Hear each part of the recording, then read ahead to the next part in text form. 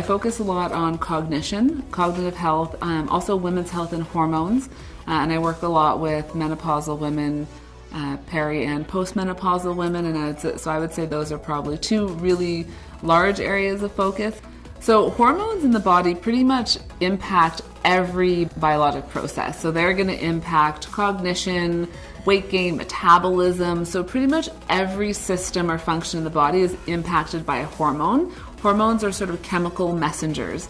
And so if there's an imbalance in a hormone, it's not just an imbalance in one system, it has downstream effects that impacts everything else. I get a lot of questions from my patients about how ketones can impact hormones in their system, and specifically looking at insulin and our insulin resistance, and specifically looking at women who have high testosterone levels. They often have high male sex hormones, so high androgens.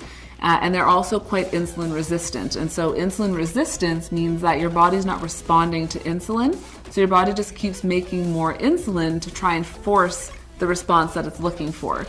And what we've found is that beta hydroxybutyrate can actually improve insulin resistance, meaning that your body doesn't have to produce as much insulin.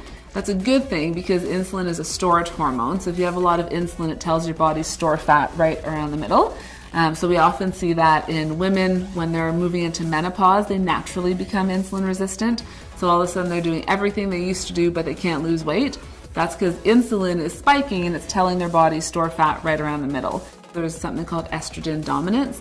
When we have too much estrogen in relation to progesterone, that can actually throw off thyroid function because it causes a chain reaction where you end up binding thyroid hormone, so now your thyroid system is off. So an imbalance in one system will throw off the complete balance of another system. So they're all really interrelated and interconnected.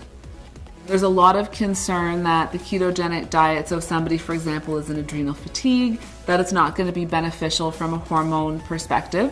And we're not finding that that's the case. What we actually have found is that beta hydroxybutyrate can help manage our nervous system. So we have a sympathetic nervous system and we have parasympathetic. And in the sympathetic nervous system, that's our fight and flight mode. And our body, that's what we need to pull an all-nighter, to write an exam the next day, or meet a deadline, something like that. And in that fight and flight state, our body is producing cortisol, which is our stress hormone. And the stress hormone, kind of like insulin, will also cause fat storage around the middle. So that's another thing that we see that we have to address. So when we're in that fight and flight mode, we're producing a lot of that cortisol. And so this is also where we see things like insomnia.